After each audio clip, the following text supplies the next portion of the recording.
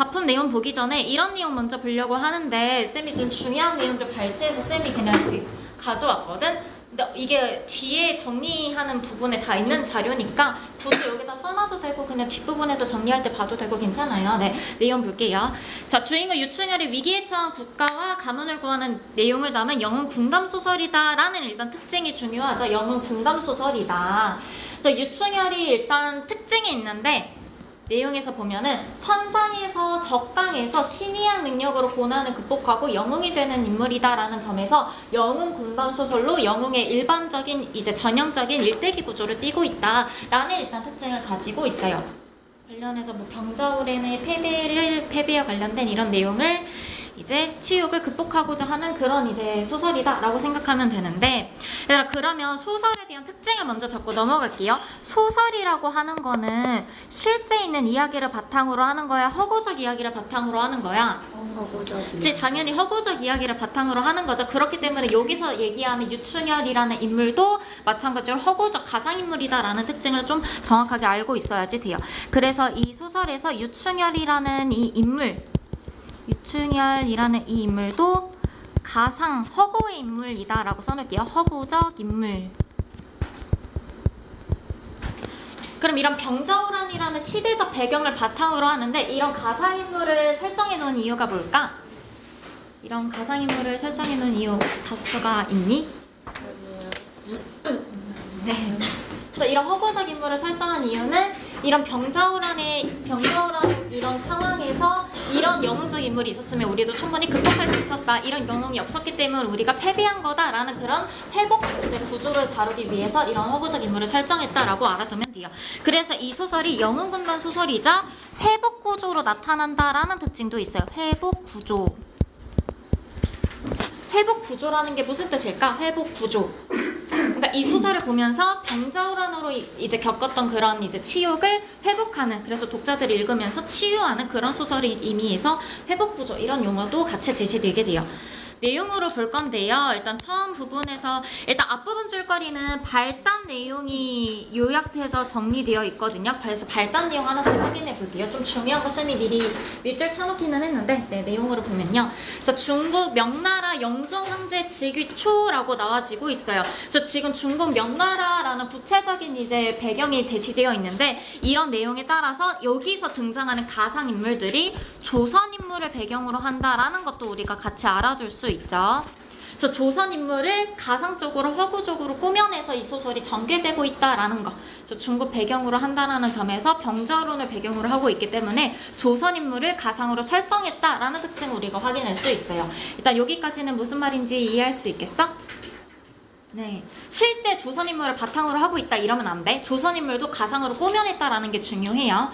자, 그렇게 현직 고관 정원주부 유심은 이라고 나와지고 있는데 미리 얘기하면 유심은 이 유충열의 아버지예요. 그래서 이제 충성스러운 신하로 등장하게 되는데 있어요. 그래서 발단 부분에서 일반적인 영웅의 전형적인 서사 구조를 확인할 수 있다라는 특징. 그래서 이 고귀한 혈통이라고 하는 것은요. 이 전형적인 영웅의 일대기적 구조를 띠고 있다라는 것을 살펴봐야 돼요. 전형적인 영웅 소설의 일대기적 구조를 살펴볼 수 있다라는 거. 시험에 나올 만한 거 다 요약해서 정리해 줄 테니까 한번 잘 듣고 알았지? 네. 그래서 전형적인 영웅의 일대기적 구조를 이제 맨 처음 발단 부분에서부터 살펴볼 수 있고요. 자, 그래서 유심이 늦도록 자식이 없어서 혹시 속도 너무 빠르니? 아, 네. 부인 이제 한탄하다가 부인 장씨와 남한 항상에 들어가 치성을 드린다라는 내용이 나와져 있는데 치성이라고 하는 게 뭘까? 치성. 그치, 뭔가 기도 드리는 거, 돌탑 같은 거 보통 이렇게 쌓아놓고 그 주변 빙빙 돌면서 막 간절한 마음을 담아서 기도하는 장면이잖아요. 그래서 그 내용으로 이제 치성을 드리니까 이후 부인 장씨는 하늘에서 성관이 내려오는 꿈을 꾸고 충렬히 잉태한다라는 내용이 나와요. 자, 그럼 얘들아 성관에서 이렇게 내려오는 비정상적인 출생 이것도 다 이제 전형적인 영웅의 일대기적 구조라고 우리가 살펴볼 수 있죠. 성관이라고 하면은 이거 비현실적인 내용이잖아. 비정상적인 출생과 관련지어서 비현실적인 장면도 우리가 같이 떠올릴 수 있죠. 비현실적인 장면. 그렇기 때문에 이 소설이 허구적 이야기라는 게 여기서 확실한 근거가 되는 부분이 선관이라는 거. 그래서 선관이라고 하는 거는 비현실적인 내용을 바탕으로 한다라는 그 근거가 된다라고 선관의 의미를 정확하게 알고 있어야지 돼요. 괜찮니? 자, 그리고 얘들 하늘에서 이 지상계로 내려오는 거 무슨 구조라고 해? 그치? 적강 구조라고 하죠. 그래서 하늘에서 내려왔다라는 점에서 적강 구조도 같이 살펴볼 수 있어요. 적강 구조. 그럼 얘들아, 적강 구조라고 하면 항상 어떤 것도 같이 언급이 되니? 지상과 하늘의 이원적 구조도 우리가 같이 살펴볼 수 있죠. 그래서 적강 구조라고 한다면 이 적강 구조 같은 말, 이 지상과 하늘의 이원적 구도도 같이 언급이 돼요. 이원적 구도. 이원적이 뭐겠어? 이 소설의 바탕에 된 원리인 세 개가 하늘, 지상 이렇게 두 가지가 있다라는 거잖아요. 그래서 적강 구조, 이원적 구도 같은 말로 알고 있어야지 돼요. 여기까지 괜찮나요? 나머지도 봐볼게요. 네. 자, 그렇게 이제 잉태한다. 자, 하늘에서 잠이온 이제 대장성이었던 충렬은 익성이 무모함을 상제께 이르여 익성을 귀양가게 하였고 이에 불만을 품은 익성과 백론자체에서 대전한 대로 인간 세상에 내려오게 된 것이다. 그래서 다시 한번 여기서 적강구조 우리가 다시 한번 살펴볼 수 있죠. 그래서 하늘에서 이제 출생, 하늘에서 이제 만들어지게 되면서 이제 인간 세상으로 내려오는 이 적강구조를 이 발단 부분에서 우리가 살펴볼 수 있고요. 자, 여기서 잠이원이었던 충렬과 익성의 부도덕함, 무도함을 이렇게 내용이 나와지게 되는데 이게 뒤에서 어떤 등장인물로 형성화되는지 먼저 언급하고 볼게요. 일단 충혈이라고 하는 거 그대로 여기서 다시 한번 익성이라고 익성과 그리고 뒤에서 잠이연 대상성 이렇게 언급이 되면서 천상에 있었던 이 두 인물이 지상에서 어떤 인물로 제시되는지가 언급이 되어지고 있어요. 자, 그래서 각각의 누가 구체적으로 지상계와 천상계에 어떤 인물이 있었는지를 우리가 살펴볼 수 있죠. 그래서 각각에 어떻게 내려오게 되는지. 자, 그러면서 여기 어릴 적부터 총명함과 지략을 갖춰 탁월한 모습을 보인다라는 거. 그래서 유창이나 탁월한 능력도 여기서 다시 한번 나타나게 돼요. 자, 그러면 여기서 발단 부분에서 이 유충혈의 영웅의 전형적인 일대기 구조를 보여주는 장면이 세 가지가 있잖아. 어디 부분에서 나타난다라고 할 수 있을까? 세 가지. 적강. 처음에는 고귀한혈통, 그리고 비정상적인 출생, 그리고 탁월한 능력 지니는 거. 그래서 이렇게 세 가지가 번호로 써놓을게요. 고귀한혈통 이게 일단 첫 번째, 그리고 이제 비정상적인 출생이 두 번째, 그리고 탁월한 능력이 세 번째.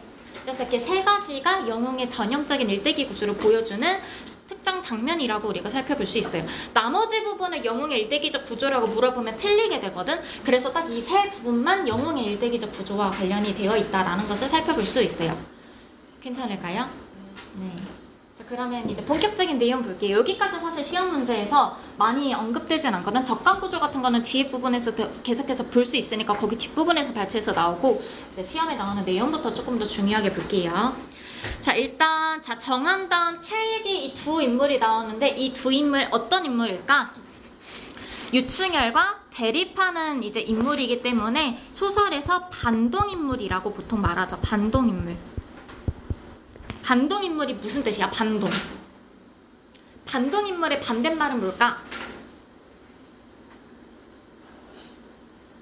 주동인물이라고 하죠. 소설에서 주동인물은 뭔가 주제랑 관련해서 이 작가가 이끌고자 하는 그런 이제 결말로 이제 행동하는 등장인물을 이제 주동인물이라고 하잖아요. 그래서 주인공은 우리가 주동인물이라고 보통 말하죠. 반동인물은 뭐겠어? 반동인물.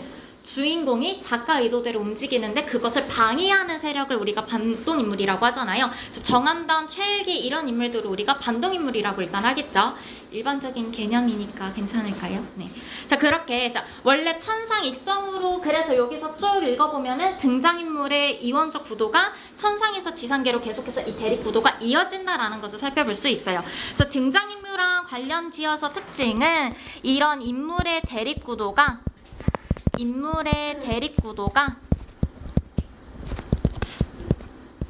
이원적 구도랑 호응해서 같이 나타난다라는 것을 우리가 살펴볼 수 있어요. 같이 호응한다라는 거. 이 인물의 대립 구도랑 이원적 구도가 서로 호응을 이루어서 천상계에 있었던 대립 구도가 지상에서도 계속 이어지는 구조를 띈다라는 것을 살펴볼 수 있죠. 자, 그렇게 백옥로 잔치 때의 대전한 죄를 상직히 tuk제하고 지상에 기영와서 명나라 왕제 신하가 된 자여서 그 내력과 같이 천상의 인물로 지략이 출중하고 술법이 신묘하게 그지없는 터였다. 자, 그러면서 지금 누구의 능력을 보여주고 있어? 그치? 그래서 악인도 능력이 뛰어난 모습을 보여주고 있어요. 자, 그래서 정한담과 관련지어서 악인의 뛰어난 능력을 보여주고 있어요. 악인의 뛰어난 능력. 보통 근데 악인이 보통 능력이 없는 걸로 좀 많이 묘사가 되어지잖아요. 그래서 이제 주인공의 능력에 따라서 이 악인이 뭔가 이제 처벌받거나 이런 이제 해피엔딩으로 보통 끝나게 되는데, 여기서는 악인도 능력이 뛰어나단 말이야. 자, 그럼 이거는 결말에 어떤 영향을 줄까? 악인도 막 뛰어나. 그럼 결말에 어떤 영향을 줄까? 일단 당연히 영웅 소설이니까 영웅이 이기겠죠. 유춘이랑 이긴단 말이야. 그러면 이거 어떤 내용으로 이어지겠어? 악인도 이렇게 뛰어난데 유춘일은 더 뛰어나다라면서 이 주인공의 모습을 강조하는 특징을 띄어지게 돼요. 자, 그래서 악인의 뛰어난 능력은 이후의 결말에서 주인공의 영웅적 면모를 보여주는 게, 주인공의 영웅적 면모를 강조하는 특징을 가지게 돼요. 그래서 악인이 이렇게 뛰어난데 그렇게 뛰어난 악인을 이긴 우리 유충혈 해가지고 유충혈의 영웅적 면모를 강조하는 특징이 있다라는 거. 결말의 부분이랑 관련지어서 앞부분의 내용을 이해할 수 있고요. 또 볼까요? 자, 그런데다가 금산도간 도사를 데려와 별덩이에 거처시켜놓고 술법을 배웠으니 만부 부당 지용이 있고 백만구 중에 대장직이었다라면서 엄청 뛰어난 사람이 되어 있다. 그래서 엄청나게 재주도 뛰어난 이렇게 인물이 되었다라는 내용이 나와요. 자, 그렇게 강력한 힘을 가지게 됐죠. 자, 강력한 힘을 가지게 된 계기는 뭐니? 그래서 원래도 뛰어난 인물이었는데 천상계 인물이니까 원래 능력이 있는 인물이잖아. 그런데 더 강력한 힘을 가지게 됐다라는 것을 살펴볼 수 있죠. 더 강력한 힘을 가지게 되었다. 여기서 중요한 수사적 표현이 더라는 거예요. 더. 원래는 막 능력이 없었다가 능력이 생긴 게 아니라 원래도 능력이 출중했는데 이게 금산도성 때문에 더 힘을 가지게 됐다라는 더에 대한 의미를 더 알고 있으면 좋고요. 그렇게. 자, 벼슬은 일품이고 포악이 또한 무쌍하여 이제 만민의 생사는 그에게 매여있고 일국의 권세는 그의 손끝에 달려있다 해도 과언이 아니었다. 보는 사람은 그를 초유양이 항적이요. 항적이라고 하는 건 진나라를 명망시킨 항우를 이제 나타내는 뜻이고요. 이제 당명왕의 안녹산이라고 하는 것도 이제 반란을 일으킨, 그래서 반역을 일으킨 직접적인 중국의 인물을 지금 사용하고 있거든요. 자, 그러면 우리가 여기서 어떤 장면을 살펴볼 수 있겠어? 정한담이 반역을 일으킬 거다라는 것을 이 두 인물을 통해서 볼 수 있게 되겠죠. 그래서 항적과 안녹산이라는 중국의 실존 인물을 가져오고 있어요. 중국의 실존 인물을 같이 언급하면서 정한담이 반역을 일으킬 것이다, 반역을 일으킬 인물이다 라는 것을 보여주게 되죠.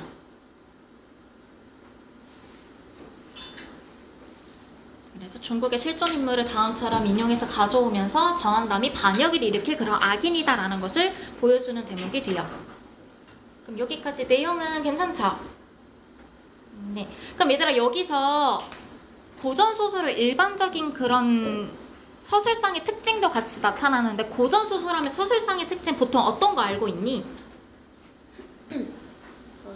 그치? 서술제의 개입이라고 하는 편집자적 논편, 이건 너무 일반적이죠. 또 어떤 특징이 있어? 그냥 고전소설 특징을 한번 떠올려볼까? 고전소설 어떤 특징이 있어? 뭐 우연적이고 또 어때? 그치? 비현실적 요소도 같이 있고 요약적으로 제시도 같이 하죠. 자, 그래서 여기 부분 요약적 제시인데 어떤 것을 요약적으로 제시하고 있을까? 그치? 정한담의 능력을 요약적으로 제시하고 있다라는 것을 우리가 살펴볼 수 있죠. 그래서 이 가 부분에 여기 첫 번째 문단에 해당되는 이 부분 있잖아요. 이 부분은 정한담의 능력을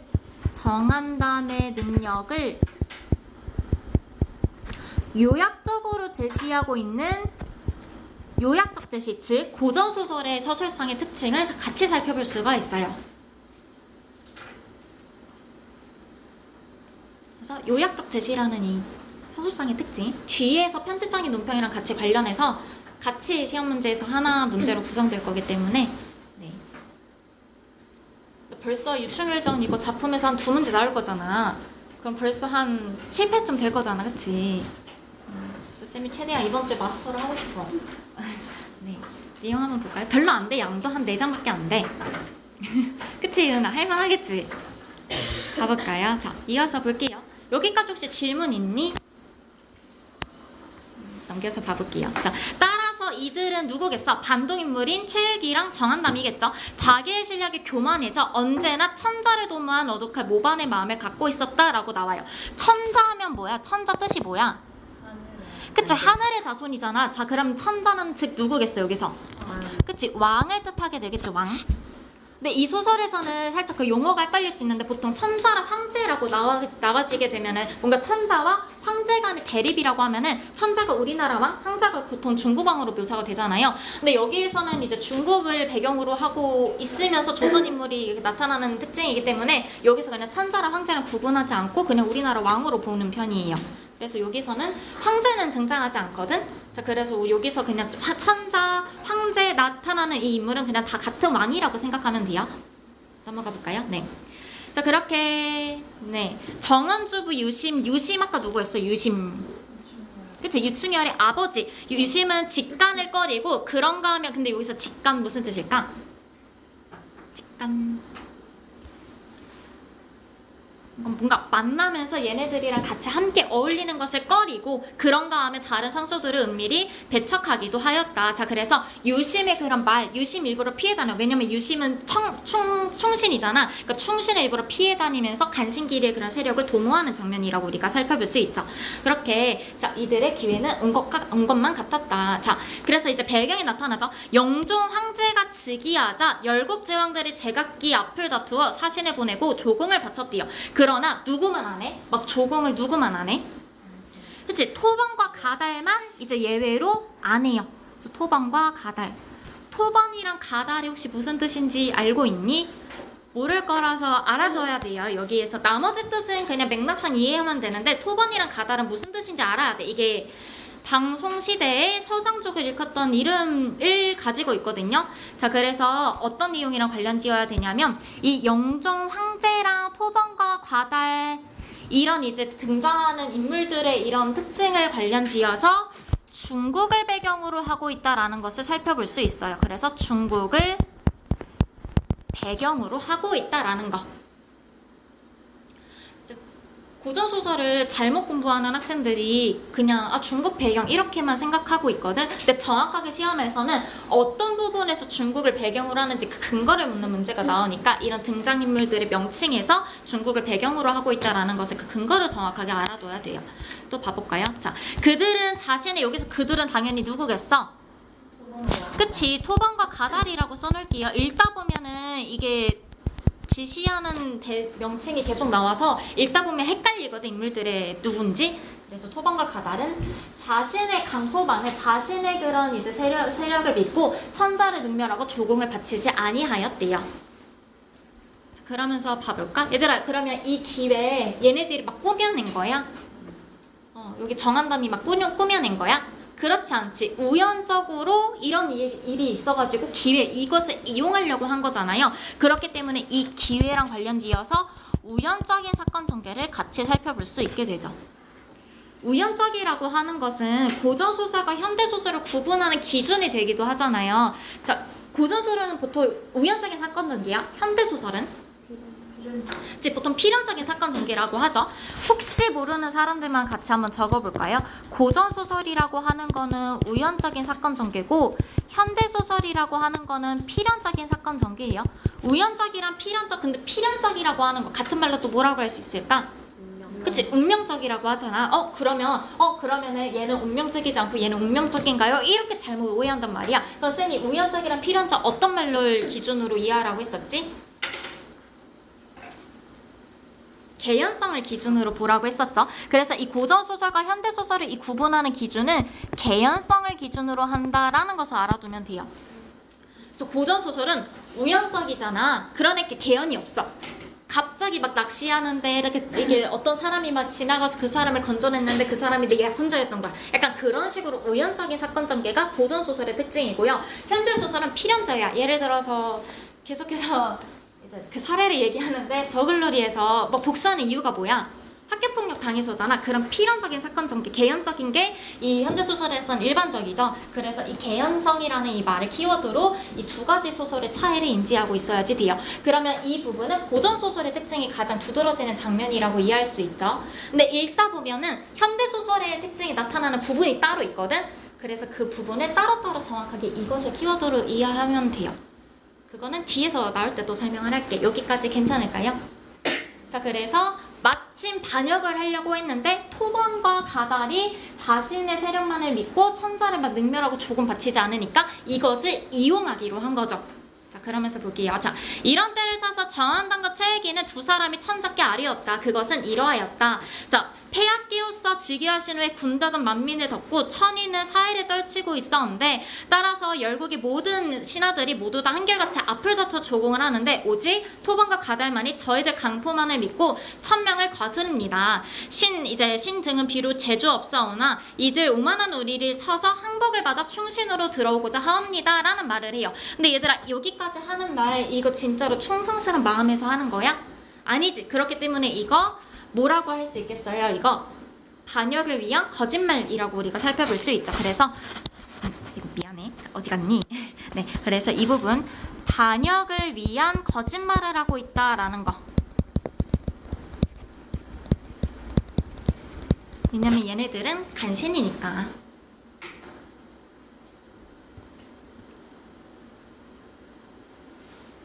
어떻게 하려는 거야? 얘네들을 처벌해야 되니까 이 임금한테 얘네들에게 항복을 받을 수 있게 군대를 좀 지원해 달라라고 할 거잖아. 근데 그 군대로 이 토번과 가달 이 오랑캐 무리들을 막 치러 가겠어? 이 군대를 이용해서 오히려 임금을 치러 갈 거잖아요. 그래서 반역을 위한 거짓말. 즉 군대. 여기서는 군대를 기병이라고 말하거든요. 그래서 기병을 확보하기 위함이라고 우리가 살펴볼 수 있죠. 기병을 확보하기 위함. 여기서 기병은 군대야. 그래서 반역을 위한 거짓말로 기병을 확보하기 위해서 이런 거짓말을 하고 있다라는 거. 그렇게 쭉 이제 거짓말을 하는 장면이 뒤에까지 언급이 되어지게 되죠. 여기까지 괜찮을까요? 유연아, 눈 감각 감상적인 건 아니지? 네, 여기까지. 얘들아, 문제 한번 풀어볼까요? 뒤에 있는 세 문제.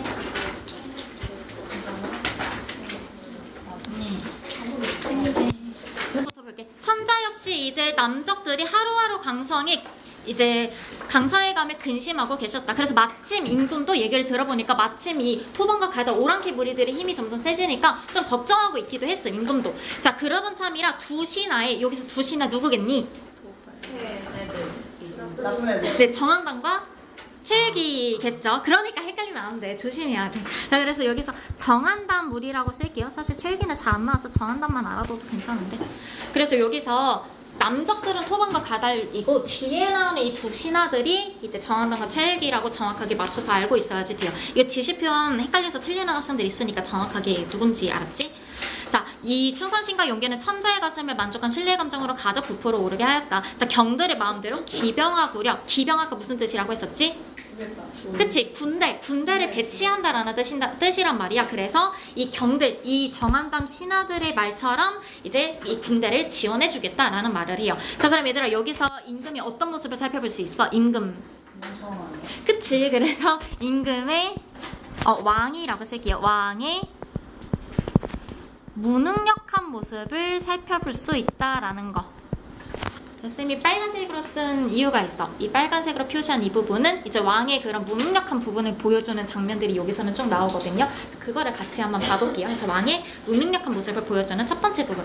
자, 그렇게 얘기를 하니까요. 뒤에 유심이 또 나오지. 자, 정은주부 유심은 조회하고 나오다가 조회 무슨 뜻이야? 그냥 아침 체조하려고 잠깐 밖에 나오다가 이 말을 듣고 팔쩍 뛰며 곧 탑전으로 들어가 왕이 있는 곳에 들어가 어전에 부복하였다. 이제 어전에 엎드렸다. 자, 드사원이 폐하께서 남적을 치러하시고 이 때문에 기병한다는 말씀이 옳은 말입니까? 저 정말 그렇게 하려고 했느냐라고 물어보죠. 남적 누굴까? 그치, 그 토번과 가달이죠. 위에 방금 나왔었잖아. 헷갈리면 안 되죠. 남적 나오니까. 자, 이제 정한담의 말이 있기에 그렇게 하기로 했다. 천자는 아무렇지 않은데 대답해야 돼요. 그냥 아래였기 황승하오나 어찌 망령되게 그런 중대사를 허락하셨소이까. 왕실은 지금 미약하고 도적은 강성하니 이것이야말로 범을 잡으려만 갖고 달리는 토끼를 놀린 것 같소이다 하면서 지금 비유적인 표현으로 우리는 오랑캐를 잡을 수 없다라는 것을 드러내는 거잖아. 자, 그럼 얘들아 여기서 어떤 비유적 표현이 누구를 지칭하는지를 알고 있어야 돼. 얘들아 여기서 그러면은 범이랑 그리고 달리는 토끼 이렇게 나오잖아요. 자, 그럼 얘들아 여기서 범이랑 토끼는 누구를 지칭하는 걸까? 그치? 토범과 가다를 얘기하는 거죠. 그래서 범과 토끼는 토범과 가다를 얘기하는 게 돼요. 뭐 남적으로 써놔도 상관없고 토범과 가달로 써놔도 상관없죠. 그러니까 오랑캐 무리들. 자, 그래서 우리는 얘네들을 잡을 수가 없다. 한나 세알이 천근의 무게를 어찌 견딜 수 있겠느냐라고 말을 해요. 자, 그러면 얘들아 한나 세알은 누구를 비유하는 걸까? 그치? 우리나라를 비유하는 게 되겠죠. 여기에서는 명나라를 비유하게 돼요. 명나라. 그래서 명나라를 비유하게 되더라. 그래서 정확하게 어떤 비유적 표현이 누구를 지칭하는지 정확하게 외워서 알고 있어야지 되고요. 자, 그렇게. 자, 가련한 백성들의 목숨만 없애고 그러면 고운인들 어찌 서럽다 아니하겠소? 라고 하면서 유심 어떤 정신을 살펴볼 수 있어? 애민 정신을 살펴볼 수 있죠. 그래서 뭔가 영웅적인 그런 면모를 보여주게 되는 것. 자, 바라건대 황상께서는 기병하지 마옵소서. 그래서 황상한테 왕한테 기병하지 말라고 부탁하고 있어요. 그랬는데 이제 뭐라고 하니 천자 무엇라고 생각을 결단에 내려야 할지 몰라서 한동안 묵묵히 회의의 감정으로 상대방만 내려보았대요. 자, 그러면 얘들아 지금 여기서 왕이 어떤 모습을 살펴볼 수 있을까? 얘가 막 말을 하니까 어떻게 해야 될지 모르겠대. 기병을 취소해야 될지 아니면 이거를 어떻게 해야 될지 막 모르고 있어. 어떤 장면을 살펴볼 수 있어? 왕 천자의 내적 갈등을 같이 살펴볼 수 있죠. 근데 이게 어떤 갈등인지를 정확하게 알아야 돼. 여기서 만약에 내적 갈등으로 기병을 할지 말지라고 하면은 애매해. 정확하게 어떻게 들어가야 돼? 이 기병을 내린 것을 취소할지 유지할지라고 정확하게 알고 있어야지 돼요. 여기서 이미 기병을 내리기로 결단을 했었잖아. 이거를 취소할지 계속 유지할지를 내적 갈등하는 거지. 여기서 막 기병을 내릴지 아닐지 결정한다라는 내용이 나오면 틀리게 돼요. 그래서 어떤 것을 내적 갈등하는지를 정확하게 이해하고 있어야지 돼요. 를 써줄게요. 네, 그래서 여기에서는 기병을 취소할지 아니면은 유지할지 이 내적 갈등이라고 정확하게 알고 있어야지 되는 거.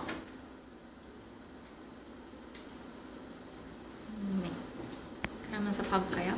자, 그러자 낌새를 알아차린 교활한 정한당과 철기는 일시에 천착히 아리였다. 자, 유심의 말을 듣자오니. 자, 그러면 얘들아 얘네들 어떻게 써? 얘네들 이제 어떻게 하겠어? 유심 말 이렇게 얘기를 들었잖아. 유심 오히려 그치? 유심이 오히려 간신이다. 얘를 이제 오히려 이렇게 해야 된다, 처리해야 된다라고 하겠죠. 그래서 여기에서 이제 간신과 충신, 유심, 충신의 대립이 이제 구체적으로 나타나게 돼요. 여기 전개 부분에서. 그래서 이제 여기 라 부분에서는 간신과 충신의 대립이 나타나게 돼요. 그러면서 봐볼까요? 자, 유심의 말을 듣자오니 살찌 무사기요 오국간시 동료이로다. 즉 오나라의 간신과 같은 같은 무리다 라고 하면서 얘를 이제 처벌해야 된다라는 얘기를 하겠죠. 대국을 저버리고 도적만을 칭찬하니 개미 무리를 대국에 비하는 것만 같고 한나세아를 폐하께 비하는 것과 같은 것이니. 자, 그래서 여기서도 마찬가지로 비유적 표현을 사용해서 우리나라를 어떻게 임금을 어떻게 한나세아를 비유할 수 있겠느냐라면서 이제 모함을 하죠. 자, 이 어찌 일대 간신이 아니며 만거의 역적이라 아니할 수가 있겠소이까? 만인의 역적이다라고 이제 얘기를 하죠. 자, 그렇게 이 유심을 모함하는 말을 해요. 유심을 모함하고 있어요. 그렇죠? 충성스러운 신하를 이제 모함하면서 얘를 이제 처리하려고 하죠. 자, 그래서 우리들은 저하건대 염려하온데 유심의 말이 가달을 못되게 하니 가달을 치지 못하게 하니 그는 가달과 동심하여 내용이 된 듯 하기로 하면서 우선 유심을 참하고 가달을 치면 좋을 것 같다. 그러니까 유심을 참하면 좋겠대. 어떻게 하자라는 거야?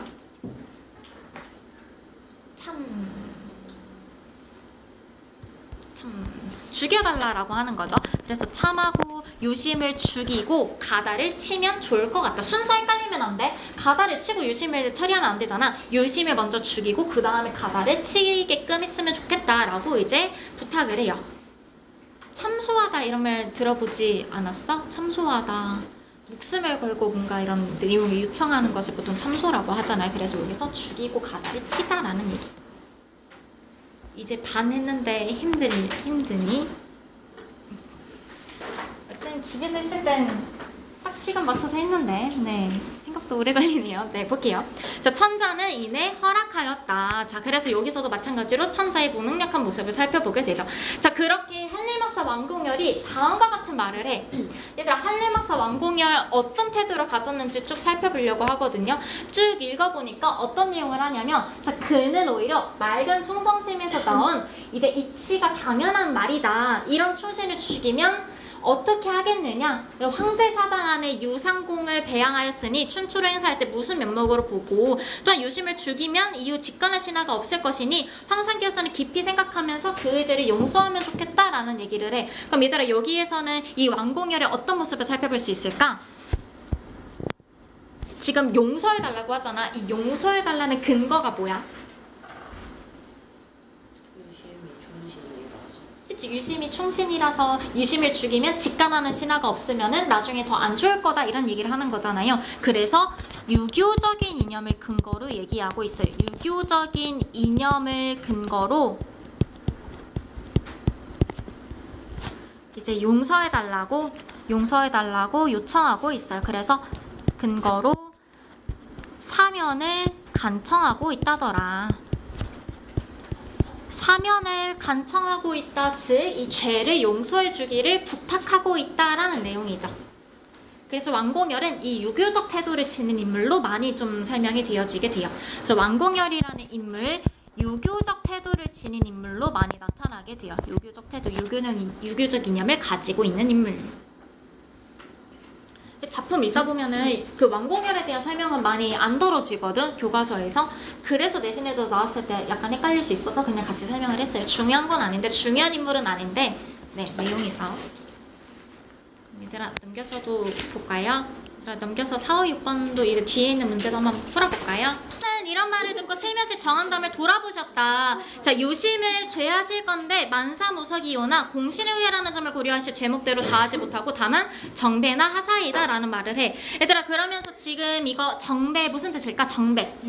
그치 유배. 그래서 처형하지 말고 유배 보내자라는 얘기를 해요. 그래서 처형하지 말고 유배 보내자라는 거. 원래는 멀리 떠나보냄이거든. 그러니까 이제 유배라는 뜻으로 해석이 되죠. 자 그렇게 그 말이 옳까 하오 유심을 황선 밖으로 원찬하라 라면서 이야기가 진행이 되죠. 자 처형했어? 아니요. 처형하진 않았어? 처벌했어? 아니요. 처벌은 하지 유배하잖아. 얘들아 처형, 처벌 단어 하나 바꿨다고 헷갈리면 안 돼. 네. 그건 이따 문제 있어요. 자, 그 말이 옳을까? 하오. 그래서 이제 보내면서요. 황선 밖으로 이제 유배 보내겠다. 천전을 마치는 그렇게 소리쳤다. 정한담은 청량하고 승상도 높이 앉아 굿 유심을 잡아내어 수재하기 시작했다. 얘들아 수재하기 뭐야? 수재하다. 죄를 세다라는 거잖아. 그러니까 이 죄목을 하나씩 따져가지고 보내야 되는 이유를 타당한 이유로 말하는 거죠. 자 너의 죄를 논지하건대 쭉 얘기하면서 결국에 여기서 어떤 게 중요해? 어디로 보내겠다라고 해? 그치? 영북이라는 구체적인 이 공간으로 보내겠다라는 얘기를 해요. 자 그렇게 길을 떠나게 되죠. 여기까지 어렵지 않지? 중간 이후부터 내용이 중요한데요. 자 그럼 이제 유충열의 아버지에 대한 얘기가 여기까지 있었어. 전기까지 내용으로 있었어요. 이제는 이제 위기 부분이거든. 여기가 위기 부분. 네. 그래서 이제 위기 부분 이후부터 유충열 이 주인공이 나타나게 돼요. 근데 여기서 이거 여기 첫 줄 잘 안 읽으면 시험 문제에서 내용을 틀리거든. 여기를 잘 읽어야 되는데요. 그러니까 정한단 일파가 어떻게 있어? 이제 유배 가니까 그치? 집에 불을 지르게 돼요. 자 그래서 이거 첫 번째 사건 두 번째라 쓸까요? 일단 유배 관계 귀양을 가고 이게 일단 첫 번째 사건이니까. 그리고 유심의 집에 불을 지른 게 두 번째 사건이죠. 어디 갔니? 네, 유심의 집에 불을 지르는 게 두 번째 사건. 자, 그리고 세 번째 또 어떤 이야기도 있어. 겨우 화재를 피했어. 화재를 피하기는 했어. 다행히 이 위급한 상황에서 벗어났어요. 근데 정한단이 보낸 수적에게 잡혀 물에 던져졌다가 이게 세 번째 사건. 그래서 만약에 시험 문제에서 이 유심의 집에 불을 지르면서 뭔가 조력자의 도움을 얻었다 이런 내용이 나오면 틀려. 여기서는 정확하게 불을 지르는 건 피하고 수적에게 잡혀 물에 빠진 걸 도와주는 조력자의 모습이 나타나는 거잖아. 그 조력자가 어디서 등장하는지 헷갈리면 안 돼요. 3번에서 나타난다 해야 돼. 만약에 2번에서 조력자가 나타난다면 틀려. 자, 그렇게 뭐 여러 가지 인물들이 쭉 나오는데요. 사실 여기에서 여러 명의 조력자가 언급이 되어지긴 하는데 시험에서 이런 발췌된 부분을 막 이렇게 구체적으로 시험 문제에선 내진 않을 거거든. 근데 혹시 모르니까 문제로는 가져왔고요. 여기서는 사실 노승이 제일 중요하긴 해요. 노승. 자, 정한담의 모함을 받아 귀양을 가고 충렬한 가족들과 헤어진 뒤 떠돌다 노승을 만나서 변법과 도술을 배운다. 자, 그래서 이 노승 누구겠어? 조력자로서 영웅적 면모를 키울 수 있게 되는 계기가 돼요. 그래서 영웅적 면모를 키우게 된 계기.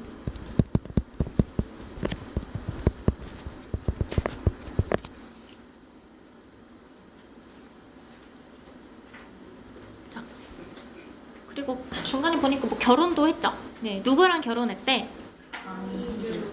네, 강희주의 딸이랑 결혼했대요. 강희주랑 결혼하면 안 되지. 네, 강희주의 딸이랑 결혼을 했대요. 네.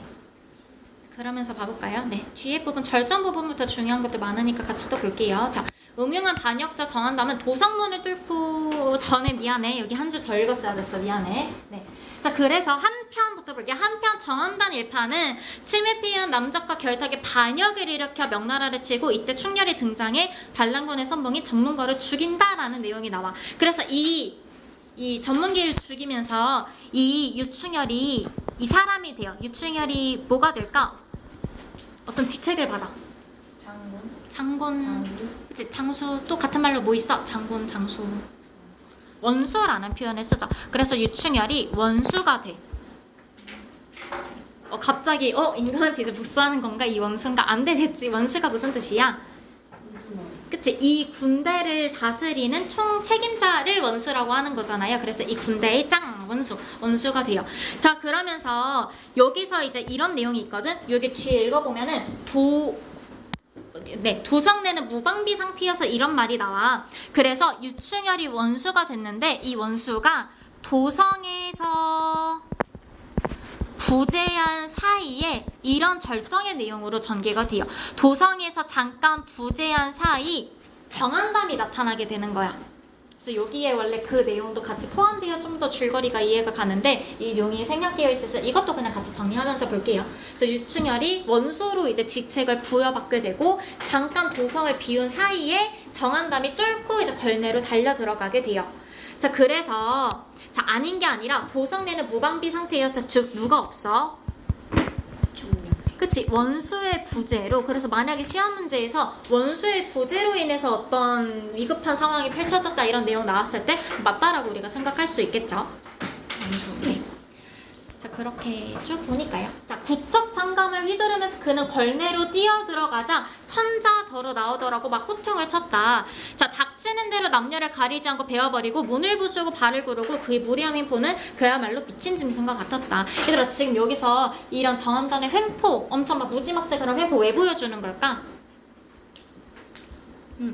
보통 한번 생각해봐. 그냥 신하랑 신하끼리 싸워. 그러면 누구 편 들어줘야 돼? 사실 잘 모르잖아, 누구 편 들어줘야 될지. 근데 여기에서 정한담이 이렇게나 못됐다, 완전 악인이다 이런 것을 얘기하면은 여기서 유충열이 정한담을 막 이제 때려 죽이는 게 정당화가 되잖아요. 그래서 유충열 행위에 정당성을 부여하기 위해서 정한담이 이렇게 악인이다라는 그런 악인의 횡포를 보여주게 돼요. 자, 그래서 이거 중요해. 정당성을 부여한다. 얘들아, 정당성 같은 말로 뭐라고 할 수 있을까? 정당성을 부여한다. 정당성을 부여한다. 또 같은 말로 뭐라고 할까? 보통 개연성을 부여한다 이런 말이 나오죠. 자, 그럼 얘들아, 개연성 여기서 우리가 키워드로 봤잖아. 그럼 얘들아, 여기서 만약에 고전소설의 특징이 나타난다 이런 맞을까?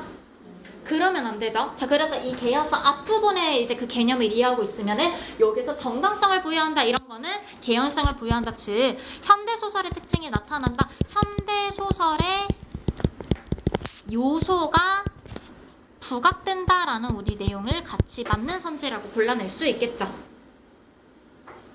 그래서 아까 그 개연성을 기준으로 고전소설, 현대소설 이렇게 나뉘어지는 개념을 봤잖아요. 그럼 여기서 고전소설의 특징이 나타난다 이랬을 때 틀린 선지가 된다는 거 확실하게 이해할 수 있겠죠? 네, 여기서 봐볼까요? 네. 자, 그렇게 충렬의 위로와 보증을 받아 편히 잠자고 있던 천자는 이와 같은 위급한 형세에 기절초풍하듯이 놀라 눈을 떠서 옥새를 품이 안고 말을 잡았다. 정신없이 뒷문으로 도망쳤대. 그러니까 도망쳐. 어때? 무능한 왕권을 보여주죠. 얘들아, 여기서 중요한 장면이 있어. 옥새를 품이 안고, 이거 좀 밑줄 쳐볼까요? 옥새를 품이 안고. 옥새가 뭐야, 옥새?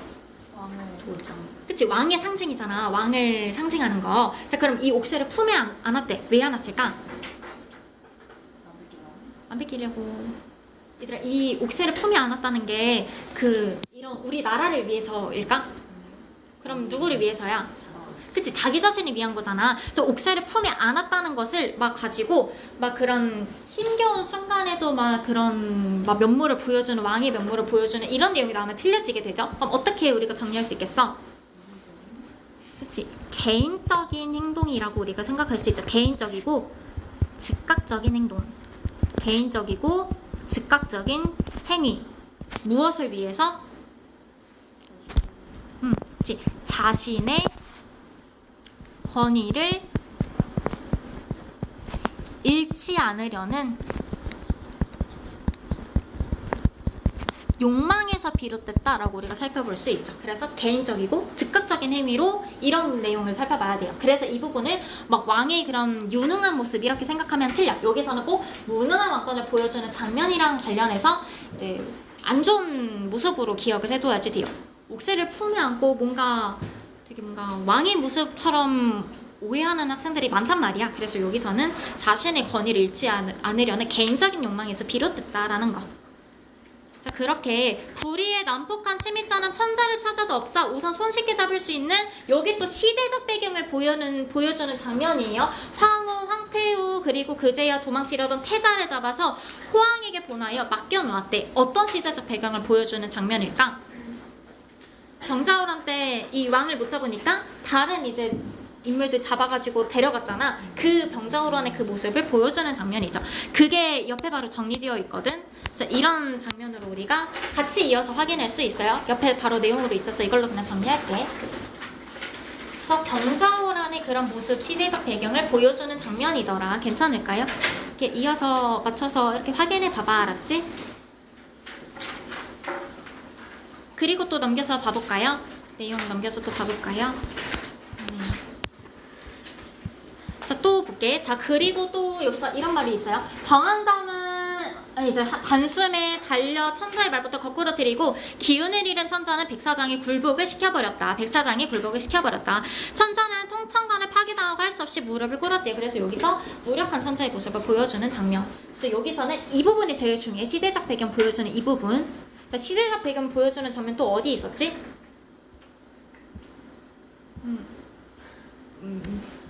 어디 있었지? 충신과 간신의 대립 부분에서, 유신과 정한담의 대립 구도에서, 그치? 당대 신하들의 그런 쟁탈전이 나타나는 그런 모습을 보여주고 있었던 그 장면이랑 여기 장면, 시대적 배경 이렇게 두 가지 정확하게 알고 있어야지 돼요. 말로만 했는데 넘어가도 되니? 네. 넘어가 볼게요. 네. 그렇게 쭉 이제 뭐 얘기를 하죠. 이렇게 쭉 얘기하면서 뭐 어떻게 너가 천자냐? 그 자리 내놔라. 이런 내용으로 일단 펼쳐지게 되는데요. 넘겨서 보니까 이런 말이 있어. 조그마한 충렬을 얻어다가 내 균서를 침노하는가? 그러면 너희 죄를 얘기하던데 이제 서슴없이 죽일 것이대. 나 너를 죽이겠다. 단 옥새랑 항서를 써서 올리면 죽이지는 않겠다라는 말을 해요. 옥새랑 항서라고 하는 거 뭐의 상징이야? 그치? 왕권을 상징하는 소재이자 뭔가 신성스러운 물건이라고 우리가 확인할 수 있죠. 신성함. 왕의 권위를 드러내는, 상징하는 이제 물건이자 신성함을 보여주는 소재란 말이야. 근데 이거를 어떻게 할까? 여기서 왕은 항서를 써서 이제 올리려고 하죠. 그래서 무능력한 모습으로 이어지게 되는데요. 그렇지 않으면 너는 이제 다 죽이겠다 라면서 옥새와 항소를 요구하는 장면으로 나타나게 돼요. 얘들아, 여기 있는 문제도 쭉 한번 풀어볼까요?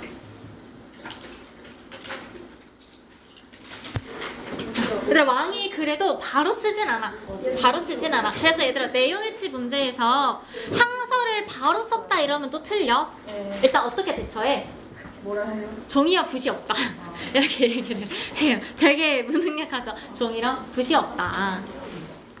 그래서 얘들아, 이거 중요해. 항서를 바로 썼다. 막 항서를 바로 썼다 이런 내용 나오면 내용일치에서 틀려. 일단 대처를 해. 그래도 왕이니까 종이랑 붓이 없다. 조금 어이가 없죠. 네. 자, 그랬더니 뭐래? 자, 그걸 말이라고 하냐? 지필이 없다면 용풀을 떼고 손가락 깨물어서 혈사를 써라 라고 해요. 자, 정한다면 더 원성을 높이며 구척 장검으로 위협하면서 외쳤다. 자, 그래서 불행한 천자는 그의 말대로 용포를 떼고, 자, 그래서 얘들아, 용포 떼라는 말이 바로 용포 떼지. 그러니까 항서는 바로 안 썼어. 그리고 항서 애초에 어떻게 해? 항서 이제 아직 쓰기 전이야. 아직 안 썼어. 여기까지. 그래서 만약에 여기까지 발제된 부분에서 썼다라고 하면 틀리겠지? 네. 근데 용포는 뭐야? 용포. 그치? 얘도 왕을 상징하는 표현이잖아요. 왕의 옷으로 왕권을 상징하는 거란 말이야. 그래서 용포를 뗀다라는 거랑 그럼 무슨 뜻이겠어? 용포를 뗀다라는 거. 그치? 그래서 왕권의 몰락을 보여주는 장면이 되죠. 이런 건 너무 쉬우니까. 네. 또 제일 중요한 거. 얘들아, 이 소설에서 고전소설의 특징이 나타나는 부분이 혹시 어디 있었는지 기억나니, 수민아? 고전소설의 특징, 서술상의 특징. 두 가지 있었어, 앞부분에서. 맨 앞에 전개 부분에서 정한담의 능력을 얘기했던, 그치? 요약적 지시 부분이랑 또 어디 있었는지 기억나? 그치? 우연적인 전개. 뭔가 마침 반역을 하기로 했는데 마침 토방과 가달이 이 조공을 갖추지 않았잖아. 그런 우연적인 전개. 그 두 가지 고전소설의 특징이 나타났었는데 한 가지 더 있죠, 여기. 편집자성 논평, 같은 말로 뭐라고 하니? 서술자의 개입. 그래서 고전소설의 특징이 이 소설에서는 지금 발췌된 부분에서는 세 군데가 나타나게 돼요. 네. 그래서 네. 이 얼마나 기막힌 정상인가. 황천인데 무심할 수 없는 일이다. 그래서 여기 편집자성 논평. 편집자성 논평은 외부 지문으로 좀 나올 가능성도 커요. 이거 여기 이 부분 발췌해서 준 다음에 이 부분이랑 동일한 고전소설의 특징이 나타나는 다른 작품을 고르시오 이런 식으로 보통 나올 거란 말이야. 그때 이런 표현에 나와 있는 거를 정확하게 찾아줘야 돼요. 만약에 학교에서 학습지에 다른 소설 막 그냥 언급만 해줄 수 있잖아. 예를 들어 막 박시전이라던가 홍길동전이라던가 막 여러 가지 이렇게 소설을 그냥 언급할 수 있잖아. 그럼 그냥 작품만 이렇게 언급이 돼도 이렇게 맞춰서 풀어둬야 되기 때문에 이런 특징 정확하게 일단 이해만 하고 있으면 돼요. 외부 지문은 쌤이 학교 학습지 받는 대로 맞춰서 만들어줄게. 알았지? 이따가 받아갈게요. 네, 받아서 다시 줄게. 넘겨서 또 봐볼까요? 금상성에 찌릿한 적권 10만을 죄다 씨 없이 말려놓고 호산대로 향하러 가던 충렬은 벼랑가는 혈색이 희미해지며 남디없는 빗방울이 그의 얼굴이 떨어지자 문득 이상한 생각이 들어 말을 멈추고 천기를 살펴보았다. 자, 그래서 얘들아, 여기서 어떤 모습 살펴볼 수 있어? 천기가 뭐니? 천기.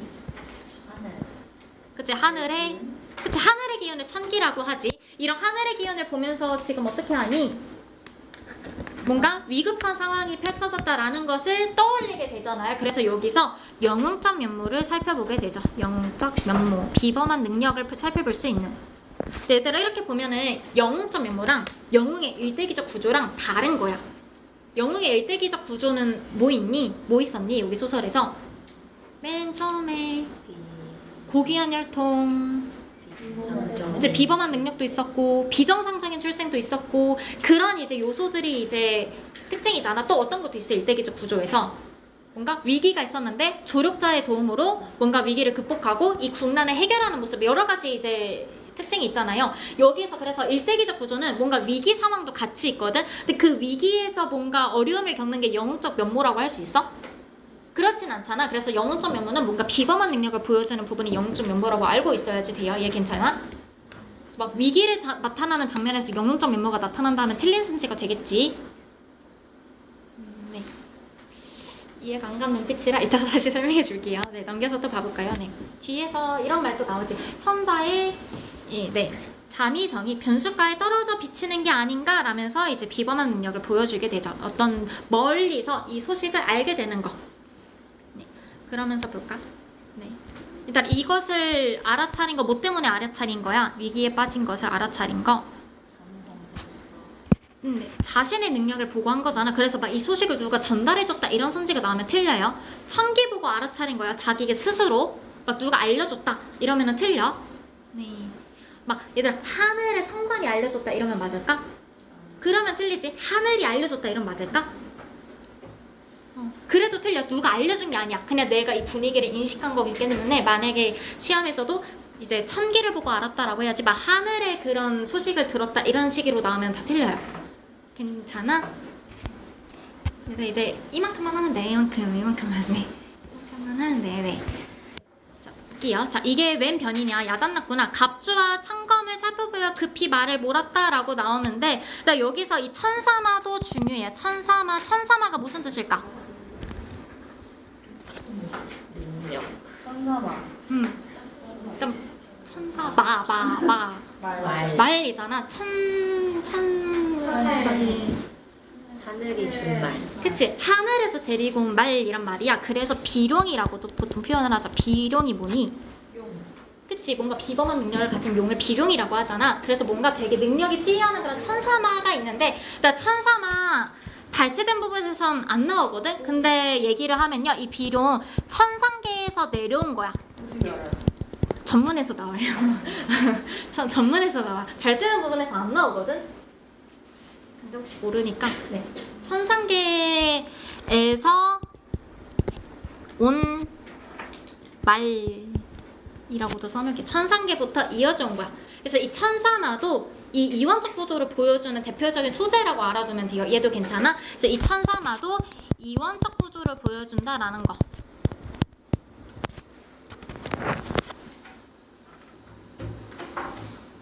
자, 그렇게 천사마 또한 주인의 마음을 아는지라. 그럼 얘들아 여기서 막 천사마도 주인의 마음을 안대. 여기서 막 간장이 이러면 돼? 당연히 안 되지. 그냥 똑같은 마음이라는 거지. 막 내 마음을 이렇게 이입한 게 아니잖아. 그러니까 그런 거 아예 관련 없는 거 제외하고요. 네, 그렇게. 자, 그 원래 전능한 속력을 마음껏 발휘하며 변수로 달렸다. 이 천자가 있는 곳으로 이제 달렸대요. 아니나다레라 천자는 항복자의 고통을 죄다 맛보며 무서운 정한다면 이제 곧 구척 장갑을 내리치려고 하고 있지 않는가. 자, 그래서 이제 내 칼을 받아라라고 하면서 이제 천자를 지키려고 하죠. 그랬더니 정한다면 놀라서 말머리를 돌려 도망치려 하였다. 그러나 무섭게 흥분해서 달려든 충렬은 장성검을 반짝이며 상대방의 반격에 여유조차 주지 않고 말에서 굴러 떨어뜨리면서 산채로 잡아버렸대요. 자, 그럼 얘들아 여기에서 이거 진짜 중요해. 유충열의 승리. 네, 유충열의 승리 엄청 중요하죠. 근데 원래는 병자호란에서 우리가 이겼어, 졌어? 저요. 그치? 원래는 병자호란이 패배잖아요. 그래서 병자호란의 패배에 대한 민족 순환을